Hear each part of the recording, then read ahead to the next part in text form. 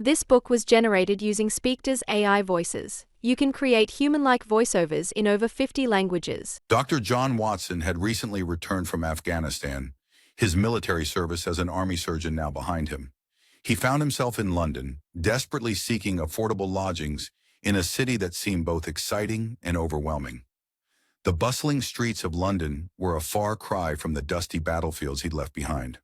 The constant hum of carriages, the shouts of street vendors, and the clip-clop of horses' hooves on cobblestones assaulted his senses. The smell of coal smoke and river fog hung thick in the air, a constant reminder of the industrial heartbeat of the city. Watson's army pension stretched thin in this expensive metropolis. Each night he returned to a bare, cheerless room that echoed with his loneliness. The stark walls and creaking floorboards seemed to mock his predicament, a far cry from the camaraderie he'd known in the army. Fate, however, had other plans for the good doctor.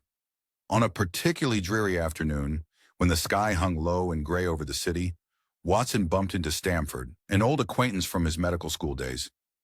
The chance encounter sent ripples through the fabric of Watson's life, though he didn't know it yet.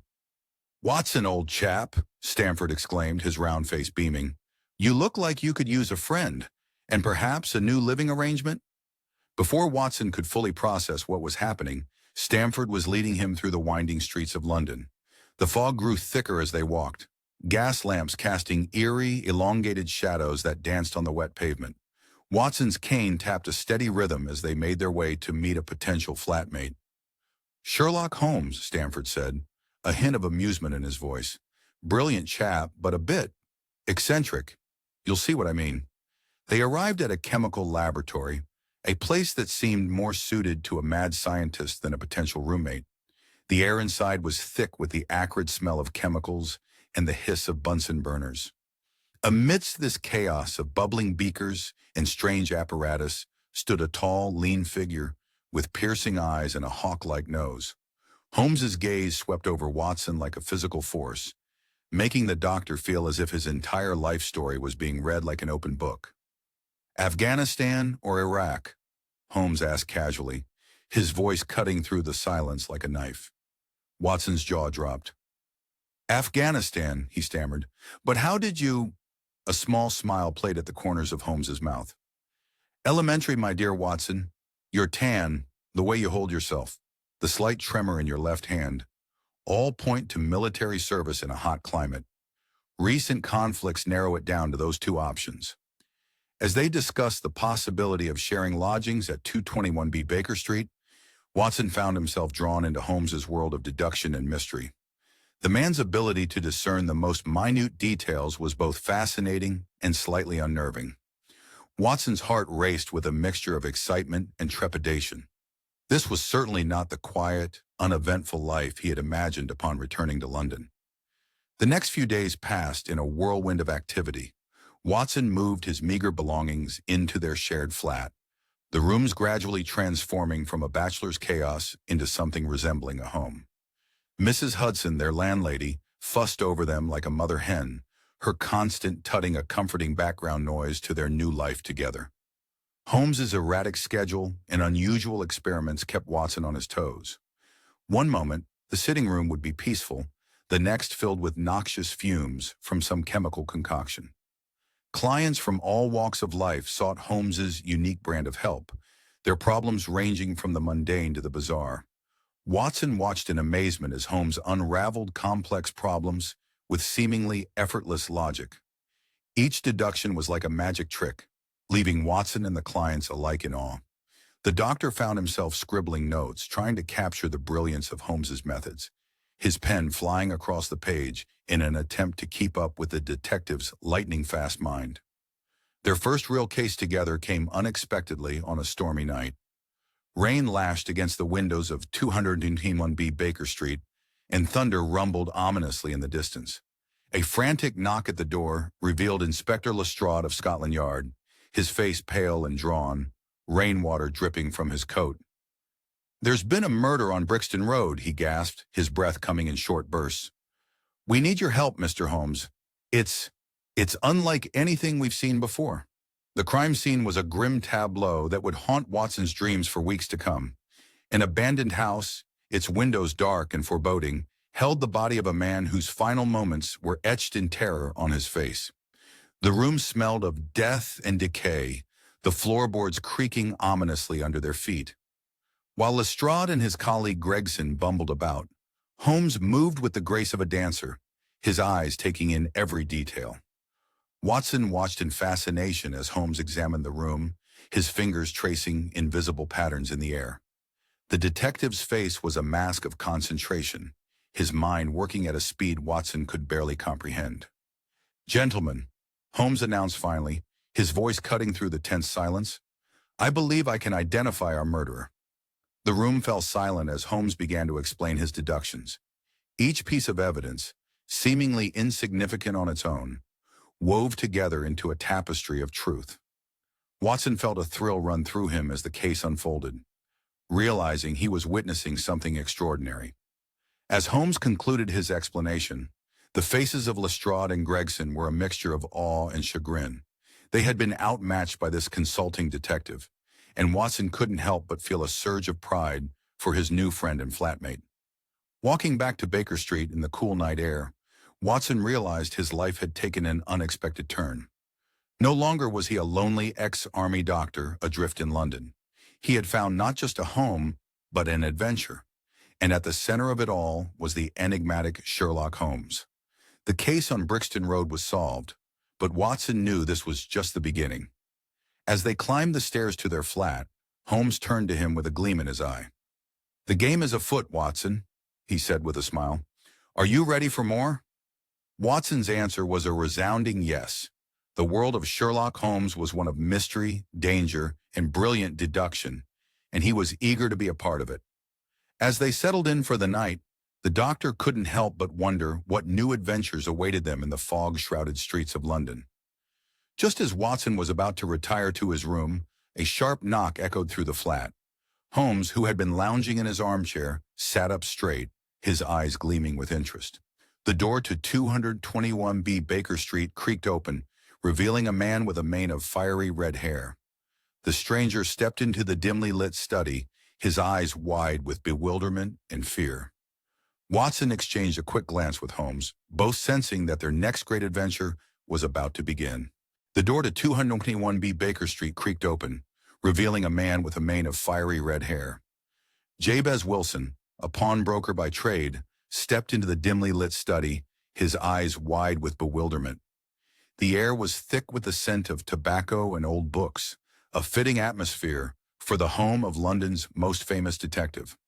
Wilson's gaze darted between the tall, lean figure of Sherlock Holmes and the shorter, stockier form of Dr. John Watson.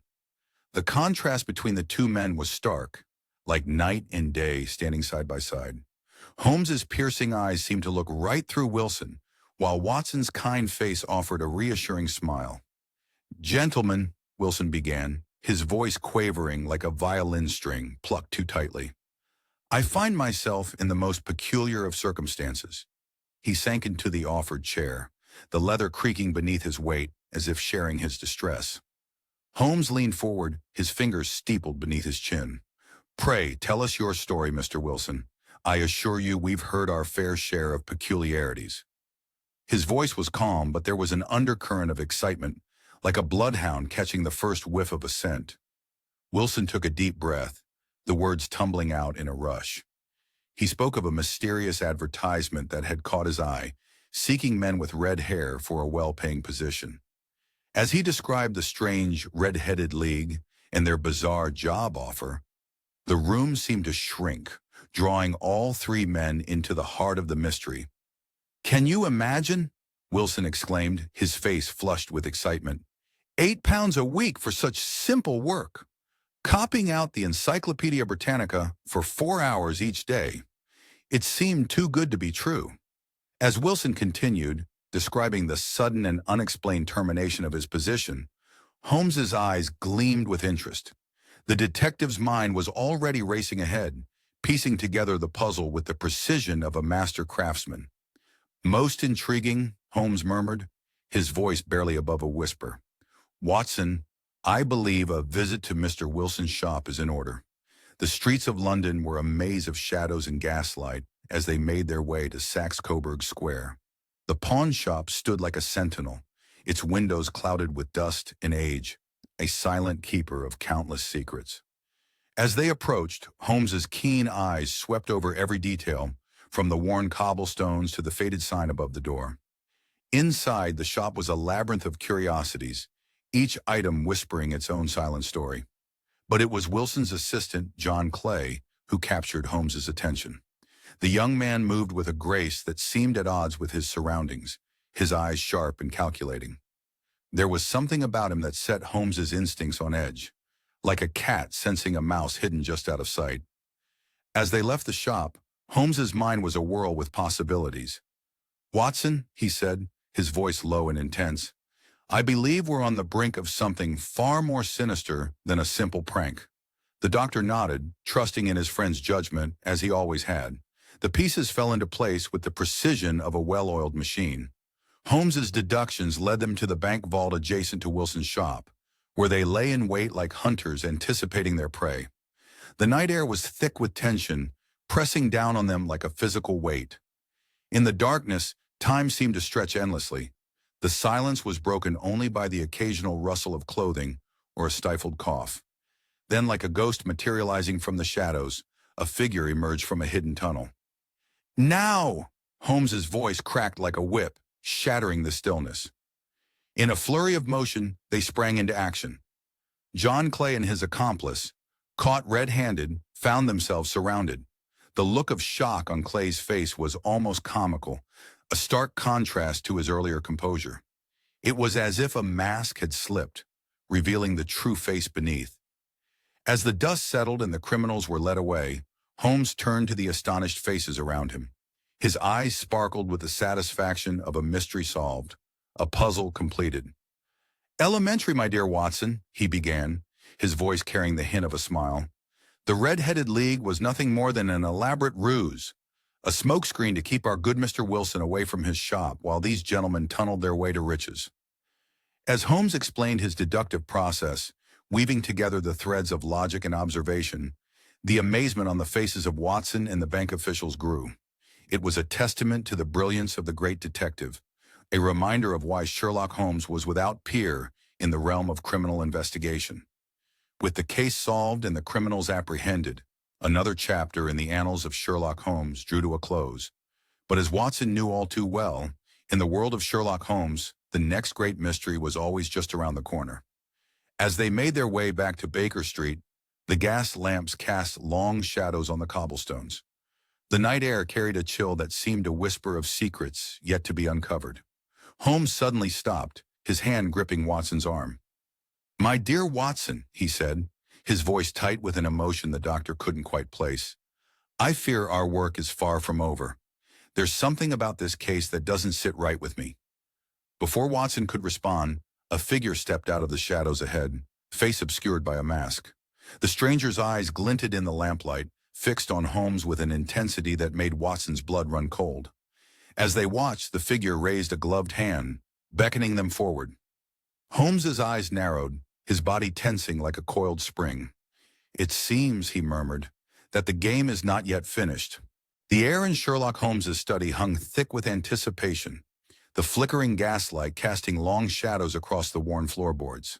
The masked figure settled into a chair, his fingers drumming an anxious rhythm against the armrest. Even through the disguise, Holmes could sense the man's unease, his sharp eyes noting every twitch and fidget. "Mr. Holmes," the visitor began, his voice a low, urgent whisper that seemed to carry the weight of nations. "I find myself in a most delicate situation." He paused, the mask tilting slightly as if gathering courage. "I am Count von Krom, but in truth, I am the King of Bohemia." Holmes leaned forward, his keen gaze fixed on the monarch. The detective's face remained impassive, but his mind whirred with possibilities. "And what brings your majesty to my humble abode?" The king's shoulders sagged, the regal posture crumbling under the weight of his confession. "I am to be married to a Scandinavian princess, but there exists a complication." His voice caught, thick with emotion. "An opera singer, Irene Adler. She possesses certain compromising photographs that could destroy everything." The detective's eyebrows rose a fraction, the only indication of his interest. "I see," he murmured, his voice as smooth and controlled as ever. "And you wish for me to retrieve these photographs?" "Precisely," the king nodded, relief evident in the set of his shoulders. As Holmes accepted the case, the room seemed to crackle with renewed energy. The game was afoot, and the great detective's mind was already racing ahead, plotting and planning. The following day found Holmes transformed, stumbling through the streets near Adler's residence.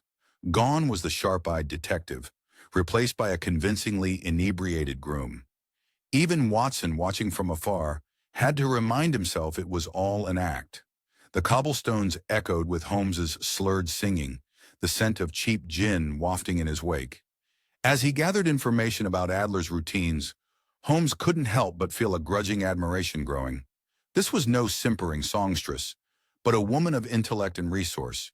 Her secret marriage to Godfrey Norton spoke volumes, a move of both passion and practicality that intrigued the detective. With the pieces falling into place, Holmes devised his grand scheme. Disguised as an injured clergyman, his face smeared with fake blood, an arm bound in a sling, he approached Adler's home. The sight of him, stumbling and seemingly in agony, was enough to gain entry. Once inside, Holmes gave the signal. Watson's voice rang out, a panicked cry of "Fire!" that cut through the quiet street. The effect was instantaneous. Adler, startled and concerned, instinctively looked to where she had hidden the photographs. For a heartbeat, Holmes tasted victory. But then, like a sudden gust of wind extinguishing a candle, he sensed a shift. Adler's eyes, sharp and knowing, met his. In that instant, the great detective knew he had been bested. Before he could react, Adler vanished like smoke, taking with her both husband and photographs. Left behind was a letter, its contents a bittersweet mix of admiration and gentle mockery. She would not blackmail the king, she wrote, but would keep the photos as insurance against any future actions. Holmes stood in the empty room, a rueful smile playing on his lips.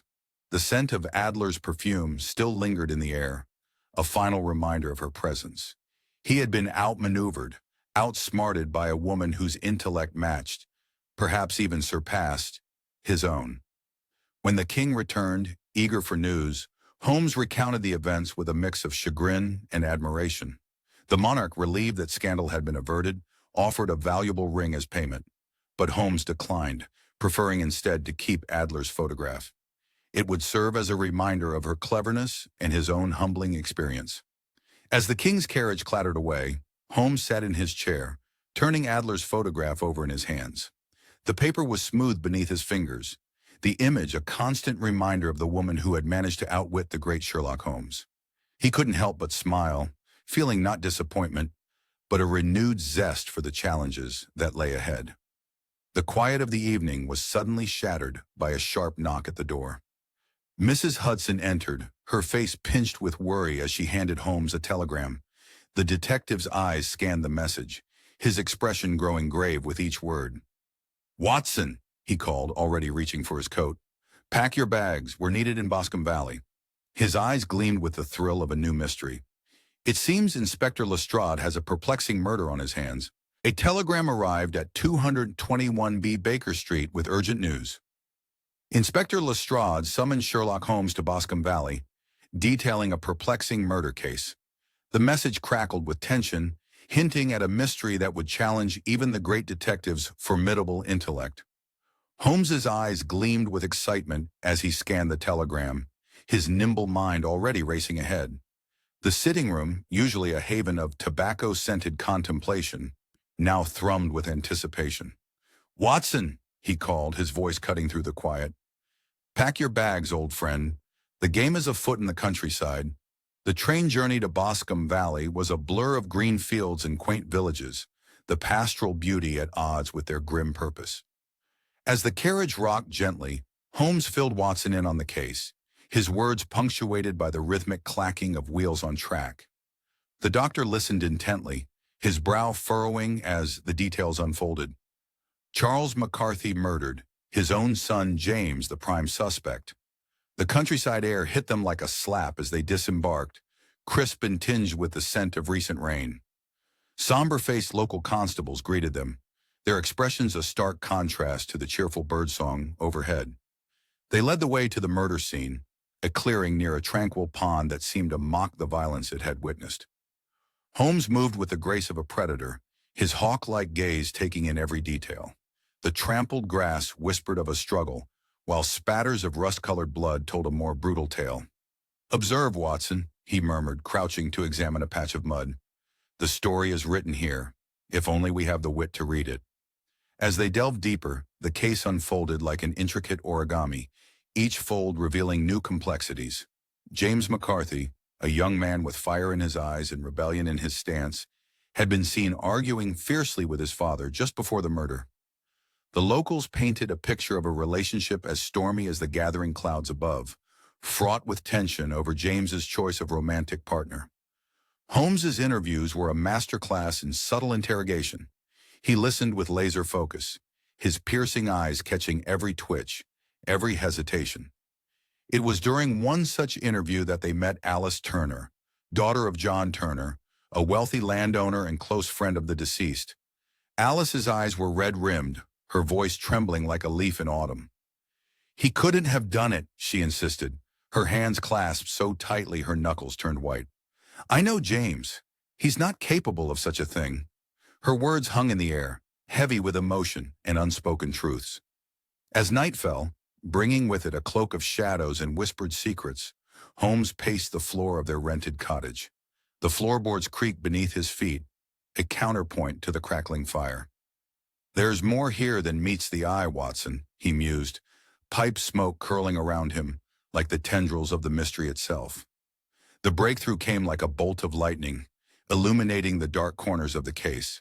A long-buried connection between McCarthy and Turner emerged, stretching back to the harsh, unforgiving landscape of Australia. Holmes's eyes lit up with the thrill of revelation, pieces clicking into place with almost audible snaps. In a dramatic confrontation that crackled with tension, Holmes revealed the truth. John Turner, not James, was the killer. The aging landowner's face crumpled like old parchment, anguish etched in every line. His confession poured out, a torrent of words painting a vivid picture of a past marred by robbery and murder, of blackmail and desperate attempts to protect a hard-won, respectable life. "I couldn't let him destroy everything," Turner whispered, his voice barely audible above the ticking of the mantel clock. "Not after all these years." The weight of his words seemed to press down on everyone in the room, the air thick with regret and the consequences of long-ago choices. Holmes, his expression softening with understanding, arranged for a private confession. As Turner unburdened himself, the years of secrecy seemed to lift from his shoulders like a physical weight. James McCarthy was exonerated, free to pursue his love for Alice, while Turner was granted the mercy of spending his final days, ravaged by diabetes, in peace. As they boarded the train back to London, Watson couldn't help but marvel at the intricate web of human emotions and past sins that had led to this moment. The platform bustled around them, oblivious to the drama that had unfolded in their quiet corner of the world. Holmes, his eyes distant, merely nodded. "The past," he said softly, his words nearly lost in the hiss of steam, "has a way of catching up with us all, Watson. Even in the most idyllic of settings." The train pulled away from the station, leaving behind the picturesque Boscombe Valley and its hidden secrets. Another case solved, another mystery unraveled, but the echoes of human tragedy lingered in the air like the last notes of a mournful melody. As the countryside gave way to the outskirts of London, a strange unease settled over Holmes, his brow furrowed, fingers drumming an agitated rhythm on his knee. "Watson," he said suddenly, his voice tight, "I fear our return to Baker Street may not be the respite we anticipated." The doctor looked at him quizzically, but before he could respond, the train lurched to a stop at their station. As they stepped onto the platform, a chill wind whipped around them, carrying with it a sense of foreboding that made Watson's skin prickle. Something was waiting for them at 220B, and Holmes's tense posture suggested it was nothing good. The air in Baker Street hung heavy with foreboding. John Openshaw stepped into Sherlock Holmes's study, his face etched with worry. The young man's eyes darted nervously around the room, as if expecting danger to leap from every shadow. Holmes, seated in his favorite armchair, observed his visitor with keen interest, noting the trembling of Openshaw's hands and the beads of sweat forming on his brow. "Please sit down, Mr. Openshaw," Holmes said, gesturing to a chair. "I can see you're carrying a heavy burden. Tell me what troubles you." Openshaw sank into the offered seat, his shoulders sagging with relief at finally having someone to confide in. He took a deep breath, and as he began to speak, his voice quavered like a violin string plucked too tightly. "It all began with my uncle, Elias Openshaw," he said, his words tumbling out in a rush. "He received a letter from Pondicherry in India. Just an ordinary envelope, you'd think. But inside," he paused, swallowing hard. "Inside were 5 orange pips and the letters KKK. Holmes leaned forward, his gray eyes glinting with interest. The room seemed to darken as Openshaw continued his tale, the shadows lengthening like accusing fingers. The young man's voice grew hoarse as he described how, shortly after receiving the letter, Elias had met a violent and mysterious end. "And then, Mr. Holmes, the curse struck again," Openshaw said, his voice barely above a whisper. "My father, Joseph, inherited the estate. He too received a letter, this time from Dundee. The same orange pips, the same initials. And he too." His voice broke, unable to finish the sentence. The crackling of the fire in the grate seemed unnaturally loud in the silence that followed. Holmes's face was a mask of concentration, his mind racing to connect the invisible threads of this macabre tale. "And now, Mr. Holmes," Openshaw said, his hands shaking as he reached into his pocket, "it's my turn." He produced a letter, the paper crumpled from being held too tightly. "This came today, postmarked East London." Holmes took the letter, his long, nimble fingers carefully opening the envelope. 5 orange pips fell onto his lap, and the detective's eyes narrowed as he read the 3 letters scrawled on the paper. KKK. "The Ku Klux Klan," Holmes murmured, his voice low and grave. The name hung in the air like a noxious vapor, filling the room with an almost palpable sense of dread. Openshaw's eyes widened in shock. "But what could they want with my family? We've been in England for years." Holmes's mind whirred like a finely tuned machine, piecing together the puzzle. "Your family must have had dealings with the organization during their time in America," he said, his words sharp and precise. "Something happened, something that the Klan hasn't forgotten or forgiven." The detective's eyes burned with determination as he outlined protective measures for Openshaw. His voice was urgent, each word carefully chosen to impress upon his client the gravity of the situation. "Go home immediately, Mr. Openshaw," Holmes instructed. "Secure every entrance to your house. Trust no one. I will begin my investigation at once." As Openshaw left, visibly relieved to have Holmes on the case, the detective turned to his longtime friend and chronicler, Dr. John Watson. "We must act quickly, Watson," he said, already reaching for his coat. "I fear time is not on our side." But fate, it seemed, had other plans. The next morning's newspapers brought the grim news that John Openshaw's body had been found in the River Thames, another victim of the relentless curse that plagued his family. The news hit Holmes like a physical blow. His face, usually so composed, twisted with a mixture of guilt and anger. "We were too late, Watson," he said, his voice tight with emotion. "But by God, we will bring these murderers to justice." With renewed vigor, Holmes threw himself into the investigation. His keen mind traced the letters to their source, a ship called the Lone Star. Like a bloodhound on the scent, he pursued every lead, his deductions leading him to the conclusion that 3 former Klan members were seeking revenge for some perceived betrayal. In a bold move, Holmes penned a letter of his own, filling an envelope with 5 orange pips and addressing it to the ship's berth in Savannah, Georgia. As he dropped the letter into the postbox, his face was set in grim determination, a silent challenge to the unseen enemies. Days passed in tense anticipation, each moment filled with the possibility of new developments. Then, like a thunderclap on a clear day, news arrived that the Lone Star had sunk in a fierce gale off the coast of Newfoundland. The ship, along with its murderous crew, had been swallowed by the unforgiving sea. Holmes stood by the window of 221B Baker Street, watching the bustling London street below. A mix of emotions played across his face: satisfaction that justice, in its own way, had been served. Yet a shadow of regret lingered in his eyes for the Openshaws, whose lives he couldn't save. Nature, Holmes mused, his voice barely above a whisper, has proven to be the ultimate arbiter of justice in this case. The detective's words hung in the air, a testament to the unpredictable forces that sometimes intervene in the affairs of men. As the sun began to set, casting long shadows across the room, a knock at the door interrupted Holmes's contemplation. Mrs. Hudson, their landlady, entered with a telegram in hand, her face pale with concern. "A message for you, Mr. Holmes," she said, her voice trembling slightly. "It's marked urgent." Holmes took the telegram, his brow furrowing as he read its contents. His eyes widened, and he looked up at Watson, his expression a mixture of surprise and intrigue. "It seems, my dear Watson," he said, his voice low and intense, "that our involvement with the Ku Klux Klan is far from over. We have a new client, and the game is afoot once more." As Holmes reached for his coat, ready to plunge into another mystery, the air in Baker Street once again crackled with anticipation, promising new dangers and fresh challenges for the world's greatest detective. Mrs. St. Clair burst into 221B Baker Street, her face a mask of desperation. Her husband, Neville St. Clair, had vanished without a trace, leaving her with no choice but to seek the help of the renowned detective, Sherlock Holmes. The air in Holmes's cluttered study was thick with the scent of tobacco and old books.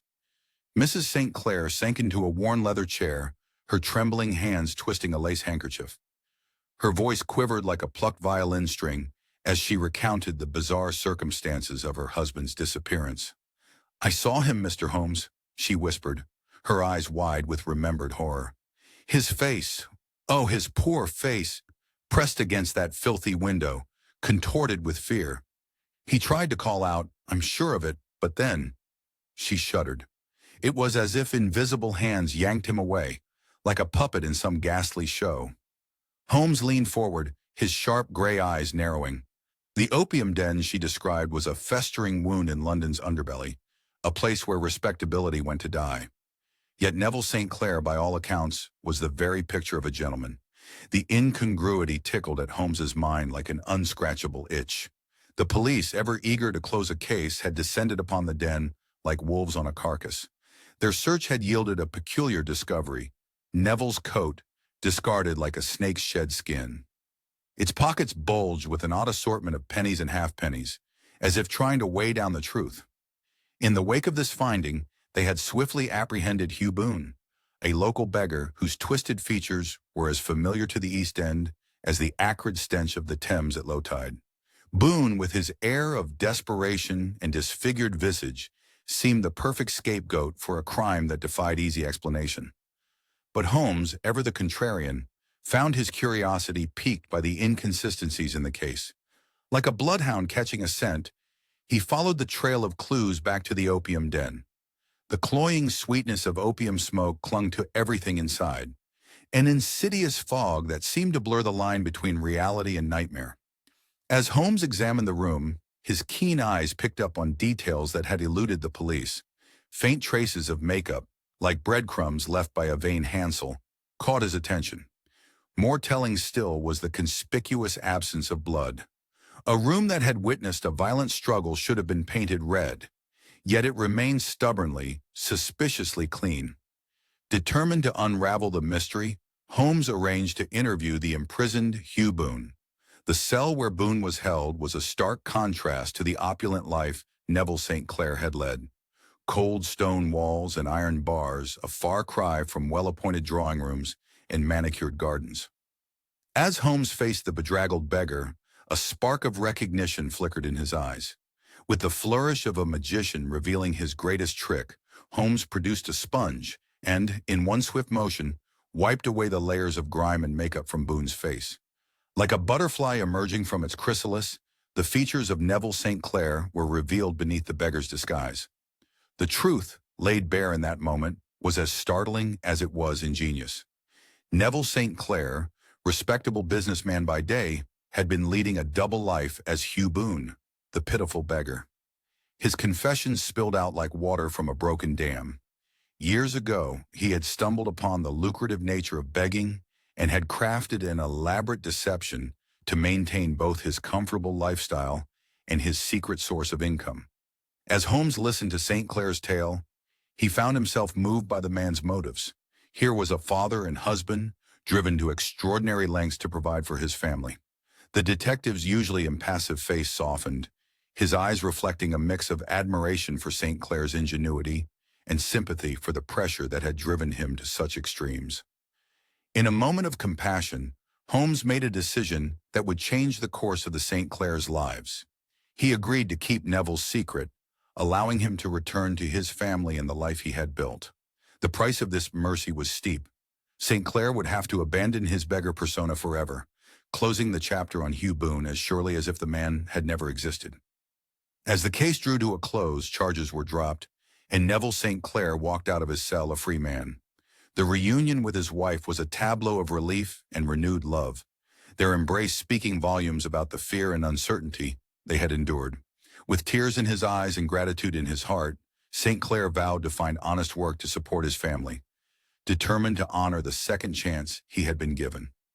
As Holmes watched the St. Clairs depart, a chill wind swept through Baker Street, carrying with it the first flakes of snow. The detective turned his collar up against the cold, his mind already racing towards his next case. Little did he know that as the crisp winter air settled over London and Christmas approached, a new mystery was brewing, one that would test even his formidable skills to their very limit. The crisp winter air hung heavy over London. Christmas was approaching, and the city buzzed with festive anticipation.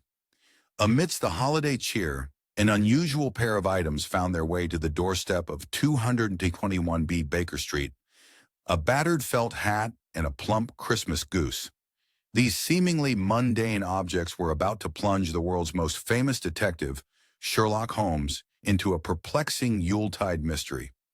As the commissionaire Peterson recounted his discovery, Holmes's eyes sparkled with interest. He turned the hat over in his hands, his fingers dancing across its surface as if reading a secret language.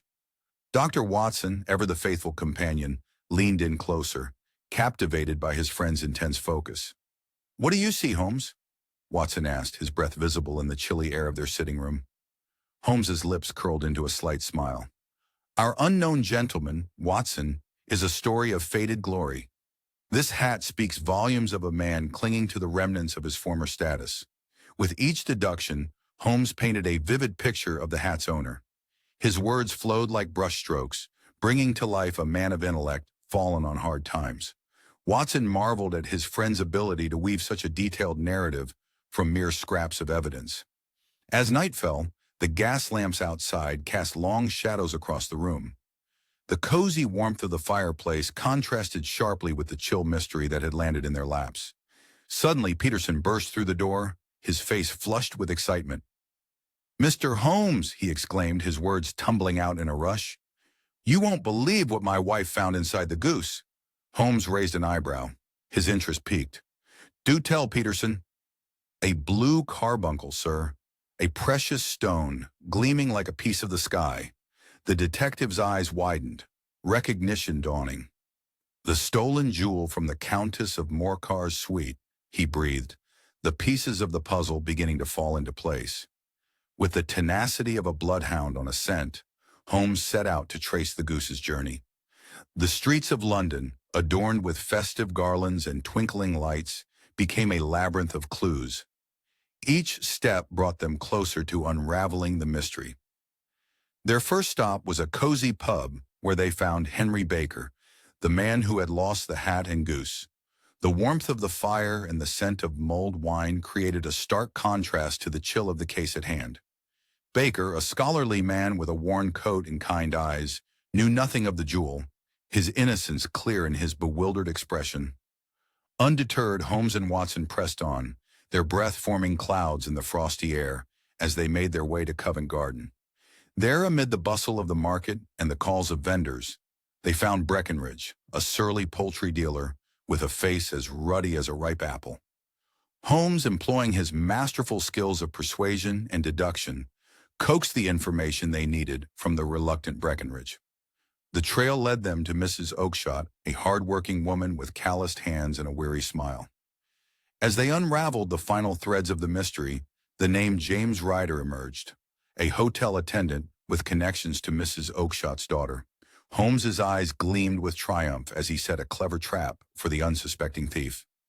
When Ryder arrived at Baker Street, the weight of his guilt was visible in his hunched shoulders and darting eyes. Holmes confronted him with the evidence, his voice steady and unwavering. The young man crumbled, his confessions spilling out like water from a broken dam. He had stolen the carbuncle in a moment of weakness, hiding it in the Goose, only for his carefully laid plans to unravel through a series of coincidences. As Ryder sobbed, his face a mask of genuine remorse, Holmes made a decision that surprised even Watson. With the spirit of the season warming his usually logical heart, the detective chose mercy over punishment. "Go and sin no more," Holmes said softly, his words hanging in the air like a benediction.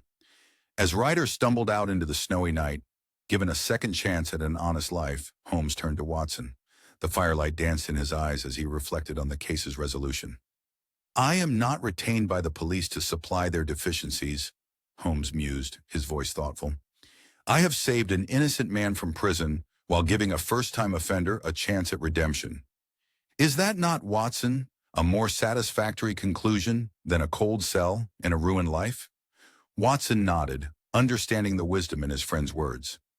As the clock chimed midnight, ushering in a new day, the two friends sat in companionable silence, the blue carbuncle glittering on the mantelpiece, ready to be returned to its rightful owner. Outside, the first flakes of a Christmas snow began to fall, blanketing London in a soft, forgiving white. Just as the case seemed closed, a frantic knock echoed through the quiet flat. Holmes and Watson exchanged puzzled glances. The detective opened the door to reveal a young woman, her face pale with fear and her eyes wide with desperation. "Mr. Holmes," she gasped, her voice trembling, "I am Helen Stoner, and I fear for my life.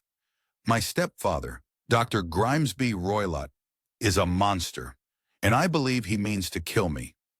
The peaceful resolution of the blue carbuncle case evaporated in an instant, replaced by the chill of a new and sinister mystery. Holmes's eyes narrowed, his mind already racing to unravel this unexpected turn of events. Helen Stoner lived under the oppressive guardianship of her stepfather, Dr. Grimesby Roylott. The weight of his tyranny pressed down on her, suffocating her very existence and driving her to seek help from the renowned detective, Sherlock Holmes. The air in Holmes's study hung heavy with anticipation as Helen stepped inside. Her eyes, wide and darting, scanned the room as if expecting danger to leap from every shadow. The flickering firelight cast an eerie glow, deepening the hollows of her cheeks and accentuating the fear etched across her face. "Please, Mr. Holmes," she whispered, her voice barely audible above the crackling flames. "I fear for my life." Holmes leaned forward, his sharp eyes fixed on Helen. The detective's gaze seemed to pierce through her, reading the unspoken terrors that clung to her like a second skin. "Tell me everything," he urged gently, his voice a soothing balm to her frayed nerves. As Helen's story unfolded, the room seemed to shrink, the walls closing in with each word. She spoke of her sister Julia's mysterious death 2 years prior, of strange whistling sounds in the night, and of cryptic last words about a speckled band. With each revelation, the air grew thicker, charged with an almost palpable dread. "And now," Helen concluded, her hands trembling like autumn leaves, "I'm to move into Julia's old room. I'm terrified the same fate awaits me." Holmes exchanged a meaningful glance with Dr. Watson, his faithful companion. The gravity of the situation hung between them like a leaden weight. Intrigued by the mystery, Holmes and Watson decided to visit Stoke Moran, the Roylott family estate. As their carriage rattled through the countryside, an oppressive silence reigned. The rolling green fields outside seemed to mock the darkness of their thoughts, a patchwork of tranquility at odds with the sinister tale they'd heard. Upon arrival, the very air seemed to change, growing heavy and foreboding. The estate loomed before them, its windows like hollow eyes staring down at the intruders. Before they could approach, a mountain of a man burst from the front door, his face contorted with rage. Dr. Roylott towered over Holmes, his breath hot and acrid, as he snarled, "Stay away from my affairs or you'll regret it." The threat hung in the air like a noxious cloud, but Holmes stood firm, a rock against the stormy sea of Roylott's anger. His calm demeanor only seemed to infuriate the doctor further, and with a final growl, Roylott stomped away, leaving the air vibrating with unspoken menace. Undeterred, Holmes began his investigation. Julia's old bedroom, soon to be Helen's, was a treasure trove of oddities. A bell rope hung uselessly, connected to nothing. A ventilator gaped like a hungry mouth, leading not outside but to another room. The bed stood immovable, clamped to the floor as if to prevent escape. Outside, a saucer of milk sat innocuously, out of place yet significant. And then there were the animals. A cheetah and a baboon roamed the grounds, their presence as exotic as it was unsettling. Each discovery added another layer to the tapestry of dread that seemed to blanket Stoke Moran. As night fell, Holmes and Watson secreted themselves in Helen's room. Darkness pressed in around them, broken only by slivers of moonlight sneaking through the curtains. Every creak of the old house, every whisper of wind, set their nerves on edge. The silence was a living thing, pregnant with possibility and danger. Then, in a heart-stopping moment, they heard it. A soft whistle, barely perceptible. Holmes's hands shot out, gripping Watson's arm with iron strength. Their eyes adjusted to the gloom, fixed on the ventilator. A shape emerged, sinuous and deadly. The speckled band revealed itself to be a swamp adder, one of the deadliest snakes in India. Its scales gleamed in the moonlight as it began to slither down the bell rope, its movements hypnotic and terrifying. With a cry that shattered the night stillness, Holmes sprang into action. His cane whistled through the air, striking the snake repeatedly. The creature, hissing in fury, retreated back through the ventilator, its escape as swift as its attack. Before they could catch their breath, a blood-curdling scream erupted from Dr. Roylott's room. Holmes and Watson rushed to investigate, their hearts pounding a frantic rhythm against their ribs. They found Roylott sprawled on the floor, his face frozen in a mask of terror. The swamp adder was coiled around his head, its fangs buried deep in his flesh. The doctor's own weapon had turned against him, delivering a swift and poetic justice. As the first light of dawn broke, casting long shadows across the room, Holmes explained the grim tale to a shaken Helen. Roylott, driven by greed, had trained the snake to kill his stepdaughters. Their marriages would have reduced the allowance he received from their late mother's estate, a prospect he couldn't bear. With the villain deceased and the mystery solved, Helen was finally free. The weight of fear lifted from her shoulders, replaced by the promise of a future unburdened by her stepfather's tyranny. As she looked out over the misty grounds of Stoke Moran, a small smile played on her lips, the first genuine one in years. But as Holmes and Watson prepared to leave, a commotion at the front of the house caught their attention. A carriage had arrived, and from it stumbled a young man, his face pale and drawn with pain. Blood seeped through a makeshift bandage on his hand, and as he lurched towards them, Holmes' eyes narrowed with interest. It seemed that even as one case closed, another was about to begin. Victor Hatherley, a young hydraulic engineer, stumbled into Dr. Watson's practice with a grievous injury to his thumb. The sight of the wound immediately captured Watson's attention, his mind racing with the potential to intrigue his friend, the great detective Sherlock Holmes. The air in the practice hung heavy with the metallic scent of blood, mingling with the sharp tang of antiseptic. Watson's practiced hands moved swiftly, cleaning and dressing the wound. His eyes, however, kept darting to Hatherley's face, noting the pallor of his skin and the wild, haunted look in his eyes. "Mr. Hatherley," Watson said gently, "I believe this injury has quite a story behind it. Would you care to share it with me?" Hatherley's lips trembled, his words catching in his throat. It's a long story, Doctor, and I'm not sure you'd believe me if I told you." Watson's curiosity piqued further. "In that case, I know someone who might be of assistance. How would you feel about a short trip to Baker Street?" The cab ride to Holmes's residence was a tense affair. The clatter of hooves on cobblestones seemed to echo Hatherley's racing heartbeat. Every sudden movement, every shout from the street, made the young engineer flinch. Watson observed him closely, his medical instincts noting signs of shock and trauma. Shabby. Baker Street loomed before them, a beacon of hope in Hatherley's storm of fear and confusion. As they ascended the 17 steps to Holmes' quarters, the pungent aroma of tobacco smoke wafted down to greet them. They found Holmes in his characteristic pose, pipe in hand, lost in thought. The great detective's keen eyes immediately zeroed in on Hatherley's bandaged hand, a spark of interest igniting in their depths. "Ah, Watson," Holmes said, his voice a mix of warmth and excitement. "I see you've brought me an intriguing case." Hatherley, his face as pale as fresh-fallen snow, sank into a chair. His eyes darted about the room, taking in the organized chaos of Holmes's domain. Books piled high, chemical apparatus scattered about, and the unmistakable violin case in the corner all spoke of a brilliant, if eccentric, mind. "Now, Mr. Hatherley," Holmes began, leaning forward, his fingers steepled beneath his chin, "pray tell us your tale." And so, with a voice that started as a trembling whisper, but grew stronger with each word, Hatherley recounted his harrowing experience.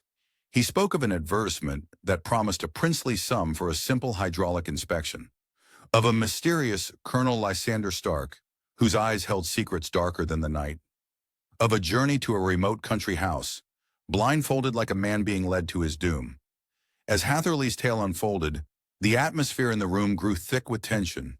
Holmes's eyes gleamed with the thrill of the chase, while Watson found himself gripping the arms of his chair, fully engrossed in the narrative. "When I realized the true purpose of the press," Hatherley said, his voice barely above a whisper, Stark's demeanor changed in an instant. His eyes, they were like a predator's, cold and merciless. Holmes nodded, his mind working like a finely tuned machine. "Counterfeiters," he declared, his voice tinged with excitement and disgust. "The press was used to create dyes for forging coins." Without a moment's hesitation, Holmes sprang into action. Like a bloodhound on the scent, he led Watson, Hatherley, and the police to the House of Horrors. But fate, it seemed, had other plans. As they approached, the night sky blazed orange, the house engulfed in flames.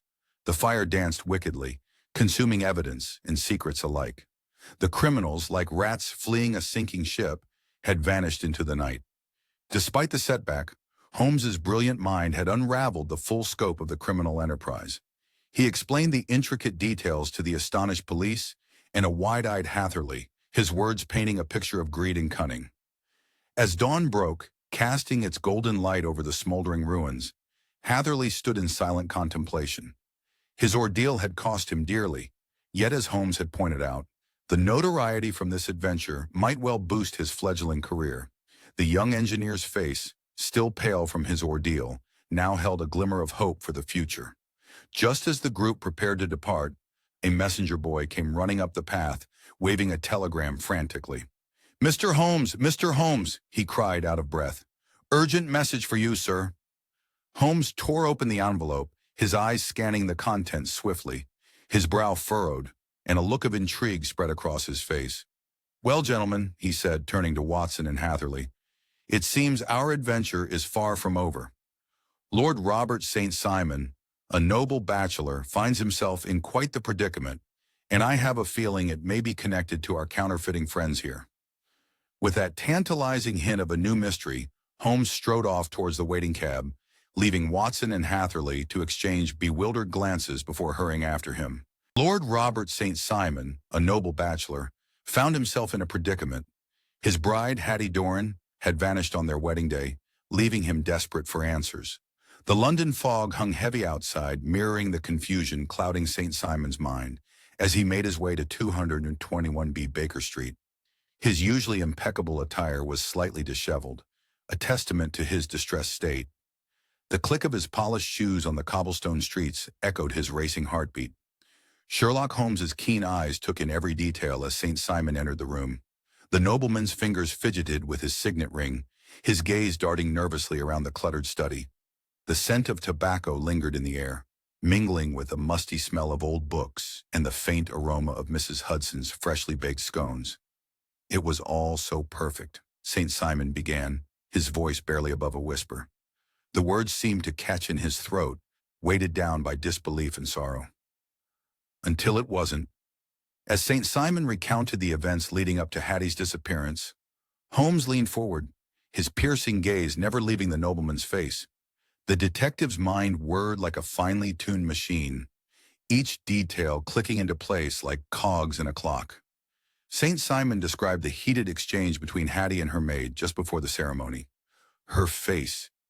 It was as if all the blood had rushed to it at once, he recalled, his brow furrowing. Her hands trembled like leaves in an autumn breeze. The tale took an even stranger turn as St. Simon described the incident with the bouquet. The gentleman who picked it up. He moved like a cat, all grace and stealth, St. Simon said, his voice tinged with a mix of admiration and unease. And the look they shared. It was as if time stood still for a moment. Holmes listened intently, his fingers steepled under his chin. The detective's silence was deafening, filled with the weight of unspoken theories and deductions. St. Simon shifted uncomfortably in his chair, the leather creaking beneath him like a whisper of sympathy. As soon as St. Simon's tale concluded, Holmes sprang into action. His movements were swift and purposeful, like a bloodhound on a scent.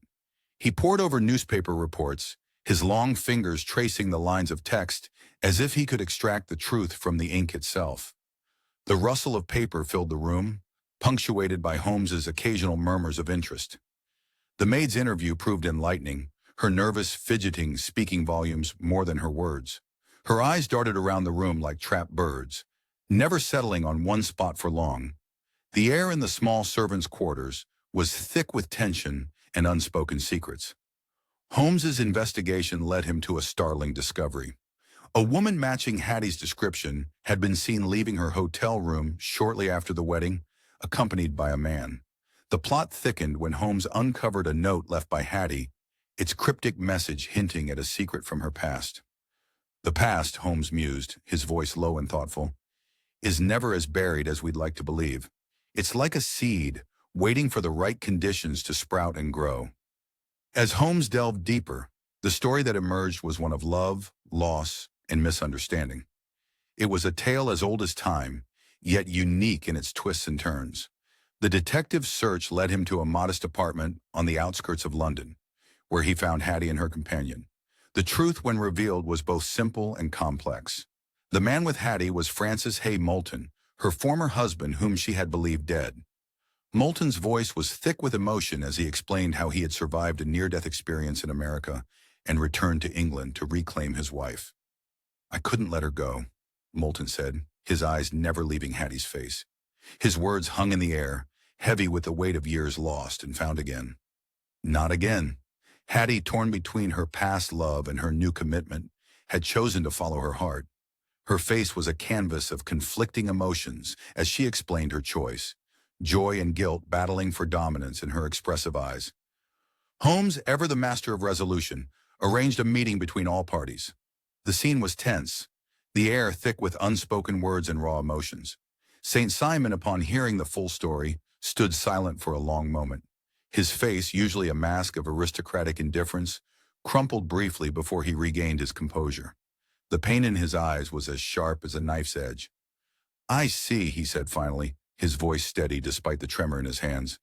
"I cannot pretend to understand fully, but I accept your decision, Hattie." Hattie and Moulton, their hands intertwined like vines growing together, offered heartfelt apologies for the pain they had caused. As they left to start their new life together, St. Simon watched them go, his posture rigid but dignified in his heartbreak. The sound of their retreating footsteps seemed to echo the beating of his wounded heart.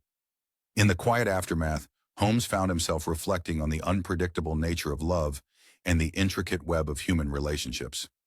The case had been solved, but the detective couldn't help but feel that in matters of the heart, there were rarely any true winners or losers. Love, Holmes mused, gazing out the window at the bustling London street below, is perhaps the greatest mystery of all. It defies logic, laughs in the face of reason, and yet, it's the most powerful force we know. As the sun began to set, casting long shadows across Baker Street, a knock at the door interrupted Holmes's reverie. Mrs. Hudson entered, her face etched with concern. "Mr. Holmes," she said, her voice trembling slightly. "There's a Mr. Holder here to see you. He seems quite distressed." Holmes's eyes lit up with interest, the promise of a new mystery chasing away the melancholy of the previous case. As he rose to greet his new client, the air in 221B Baker Street began to thicken with anticipation, the scent of tobacco smoke curling lazily through the room. Another tale was about to unfold, and Holmes was ready to unravel its secrets. The air in 221B Baker Street was thick with tobacco smoke. An atmosphere of anticipation hung heavy as Holder began to recount his tale. The flickering gaslight cast long shadows across the room, mirroring the dark clouds of worry etched on Holder's face. His voice quavered, barely audible above the ticking of the mantel clock. "It was a Beryl coronet, Mr. Holmes," Holder whispered, his eyes wide with fear. "A priceless treasure left in my care as collateral for a substantial loan." Holmes leaned forward, his keen gaze taking in every detail of Holder's disheveled appearance. The man's trembling hands and hollow eyes told a story of their own, one of a world shattered overnight. Holder continued, his words tumbling out in a rush. I thought my home would be the safest place. But last night," he paused, swallowing hard, "I heard a noise, creaking floorboards. And then I saw, oh God." "What did you see, Mr. Holder?" Watson prompted gently. "My son Arthur. He was bending the coronet. And now 3 stones are missing. 3 priceless barrels, gone." Holmes's eyes narrowed. "And your son's explanation?" "He refuses to speak, Mr. Holmes. My own flesh and blood." The detective rose, his tall figure casting a reassuring shadow. "Fear not, Mr. Holder. We shall get to the bottom of this."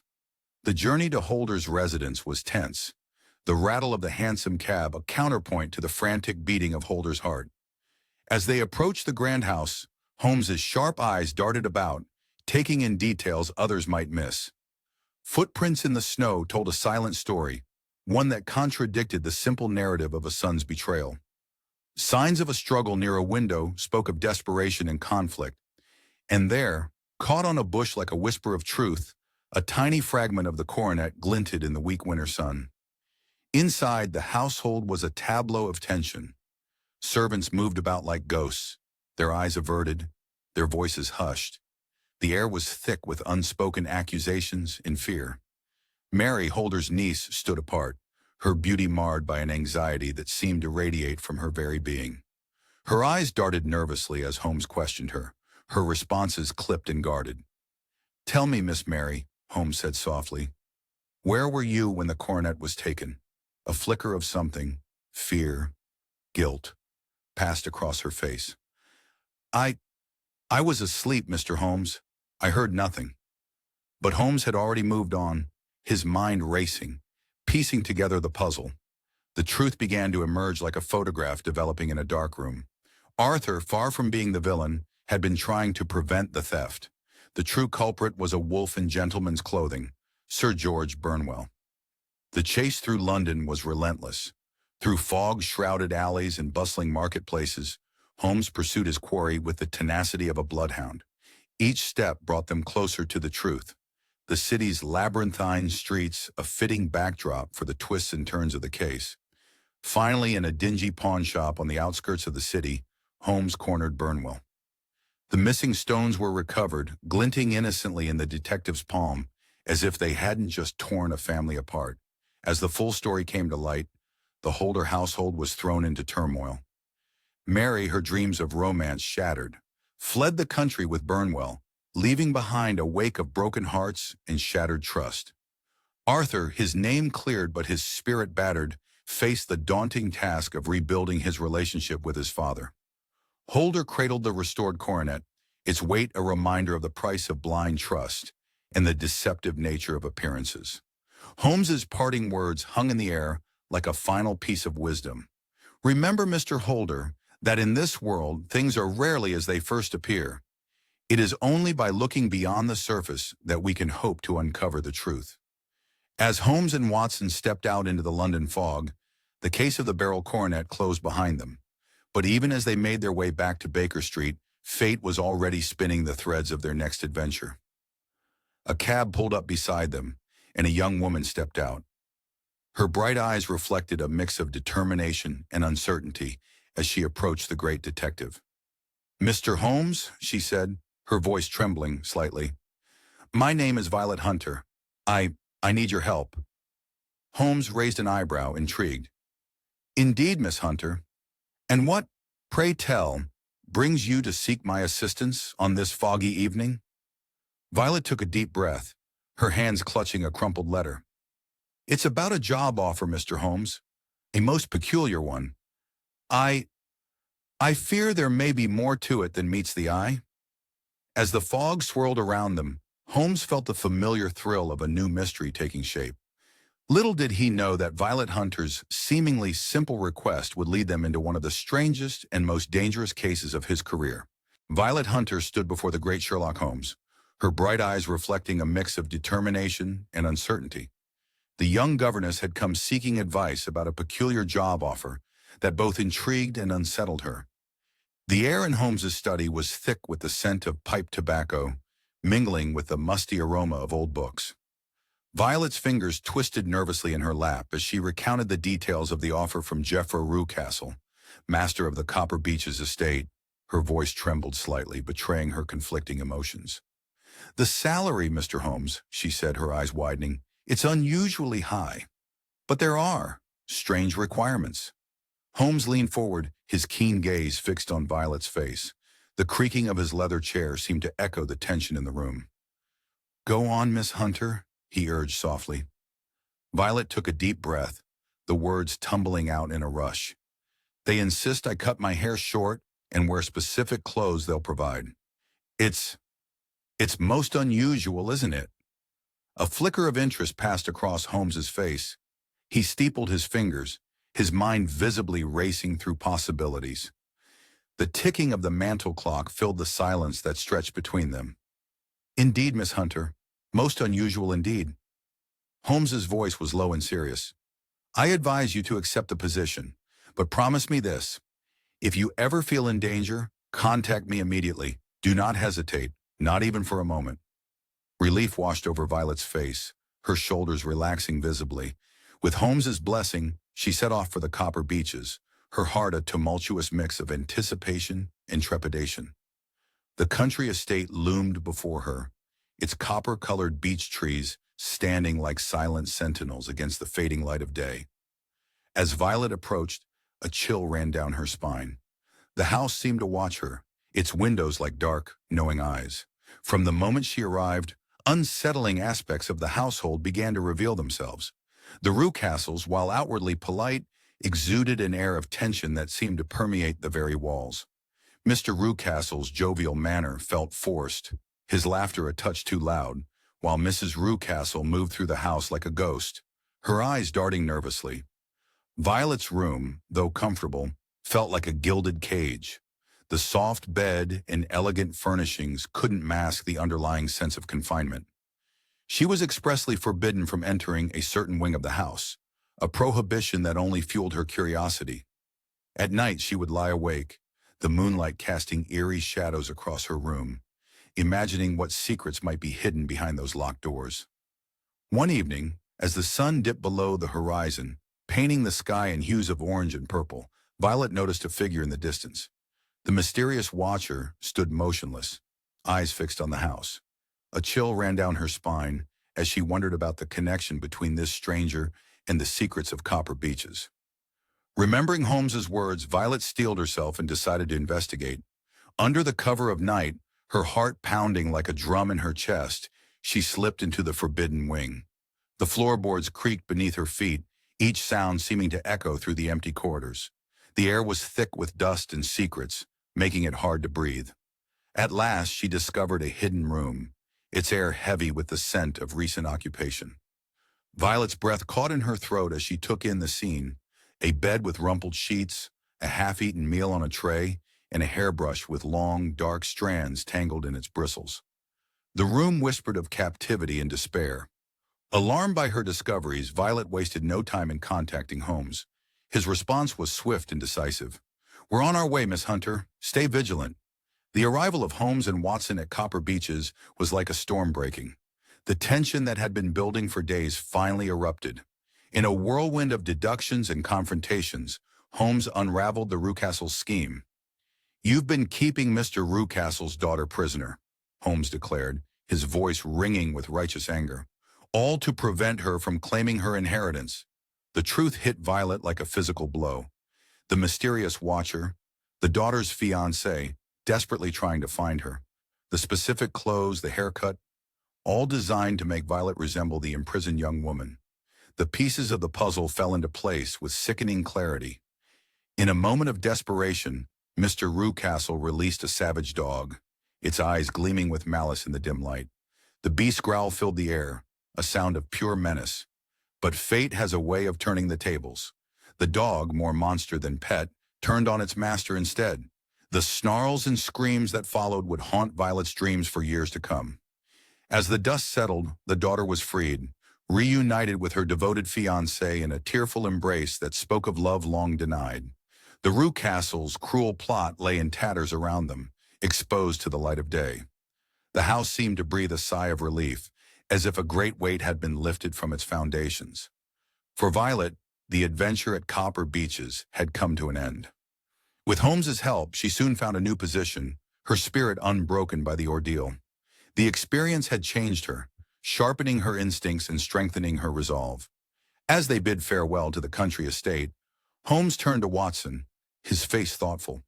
The setting sun cast long shadows across the grounds, as if nature itself was drawing a curtain on the drama that had unfolded. "My dear Watson," he mused, "how often do we see that behind the most respectable facades lie the darkest of secrets? It serves as a reminder to always trust our instincts, especially when faced with the unusual. For it is in those moments that the truth often reveals itself." With those words, they turned their backs on Copper Beeches, leaving behind a house whose secrets had finally been brought to light. The Copper Beeches stood tall and silent, guardians of a mystery now solved, as Violet, Holmes, and Watson walked away, their footsteps fading into the gathering dusk. This book was generated using Spectre's AI voices. You can create human-like voiceovers in over 50 languages.